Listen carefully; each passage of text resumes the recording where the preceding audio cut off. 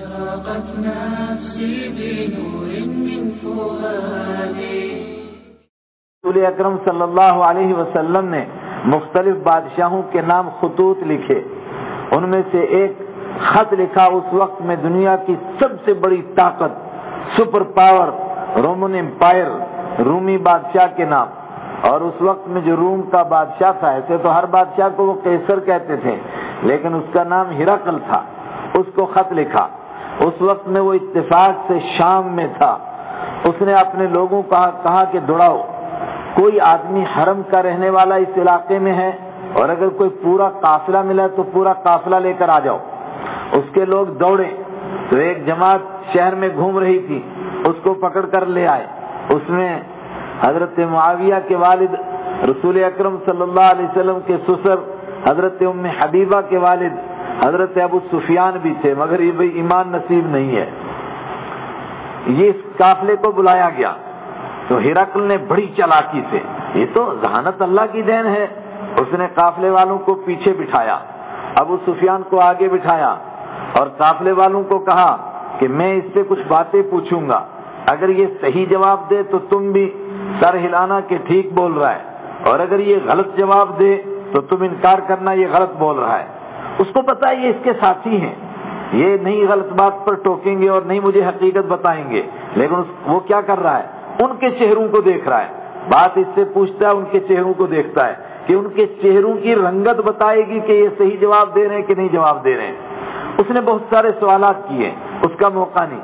ایک سوال اس نے آخری کیا، اس نے کہا کہ یہ بتائیے جب ان کے دین میں کوئی داخل ہوتا ہے تو کیا دین سے ناراض ہو کر کے کوئی واپس کافر بھی بنتا ہے؟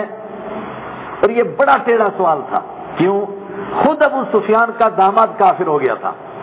ابو سفیان کا داماد جس کے گھر میں پہلے حضرت ام حبیبہ رضی اللہ تعالی عنہا تھی، وہ ایمان لایا، ایمان کے لیے بڑی قربانیاں دی اور پھر ایمان کی بنیاد پر حبشہ کی ہجرت کی، جس کا میں نے کل تذکرہ کیا ہے، ایتھوپیا اتنا دور گیا ہجرت کر کے، لیکن وہاں جا کر کے ایک عیسائی عورت کے عشق میں مرتد ہو گیا، ایمان چھوڑ دیا۔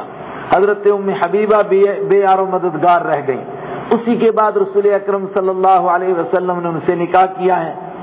تو ابو سفیان کے لیے بڑی امتحان کی گھڑی ہے، وہ کہہ سکتا تھا جناب مرتد ہوتے ہیں اس دین سے لوگ، میرا داماد مرتد ہوا ہے، میں اس کا چشمدید گواہ ہوں، لیکن اس نے یہ بات نہیں کہی۔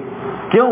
وہ کہتا ہے میں عرب کا سردار تھا، مجھے ڈر تھا کہ یہ پیچھے والوں کی چہرے کی لکیریں اس کو بتا دیں گی، تو کہا کہ میں نے کیوں نہیں کہا میرا داماد مرتد ہوا؟ اس نے کہا کہ سختتاً عن دینی، کوئی ان کے دین سے ناراض ہو کر کے مرتد ہوا ہے، تو میرا داماد دین سے تو ناراض نہیں ہوا، وہ تو ایک عیسائی عورت کے عشق میں مرتد ہوا تھا، میں کس منہ سے اس کو کہہ دیتا کہ وہ دین سے ناراض ہو کر کے مرتد ہوا ہے۔ اس نے ابو سفیان سے یہ سارے سوال کرتا گیا ترتیب سے، اور جب اس نے اپنے سوال کر لیے تو اس نے پھر پلٹ کر کے ایک ایک سوال کے جواب پر تبصرہ شروع کیا۔ اس سوال کے جواب پر جو تبصرہ کیا مجھے وہ بتانا ہے خالی۔ اس نے کہا کہ میں نے تم سے پوچھا تھا ان کے دین سے کوئی ناراض ہو کر مرتد بھی ہوتا ہے، اور تم نے کہا کوئی نہیں مرتد ہوا، اور یہ بات بہت یاد کرنے کی ہے کہ دین سے ناراض ہو کر کوئی شخص آج تک مرتد نہیں ہوا ہے، جتنے مرتد ہوئے ہیں کوئی پیسے کی لالچ میں ان کے دل میں دین گیا ہی نہیں تھا۔